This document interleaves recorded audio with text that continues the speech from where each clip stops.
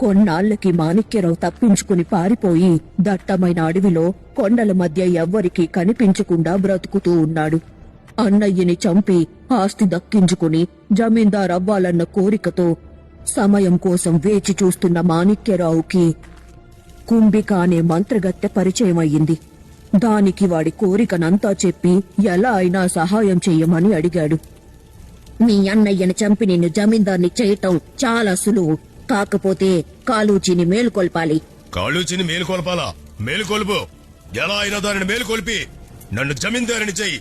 నీకు బోలె డబ్బు బంగారం ఇస్తాను. నీ డబ్బు నాకెందుకురా?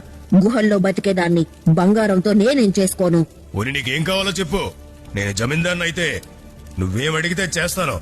నేను చనిపోయిన తరువాత రాజమర్యాదలతో నా అంత్యక్రియలు జరిపించి నువ్వే నాకు తలకొరివి పెట్టి ఊరి మధ్యలో నా సమాధిని కట్టించి దానిపైన నా విగ్రహాన్ని పెట్టు. సరే, నువ్వు అడిగినట్టే చేస్తాను. ఆ కాళూచిని మేలుకొల్పు. కాళూచి నువ్వు అడిగింది చేస్తుంది, కాని నీతోనే నీ రక్తం అంతరించిపోతుంది. అంటే నీ వంశంలో నీ తరువాత మీ జమీందారు పదవిని అనుభవించడానికి వారసులుండరు. దానికి సరే అని కాళూచికి ఒట్టు పెడితే మీ అన్నయ్యపై క్షుద్ర ప్రయోగం చేస్తాను. మా అన్నయ్యతో పాటు వాడి భార్య పిల్లలు, ఆ దివాంజీ కూడా చనిపోవాలి. సరే అయితే నువ్వు వెళ్లి వాళ్ళ చిత్రపటాలు తీసుకునిరా. మిగతాది నేను చూసుకుంటా.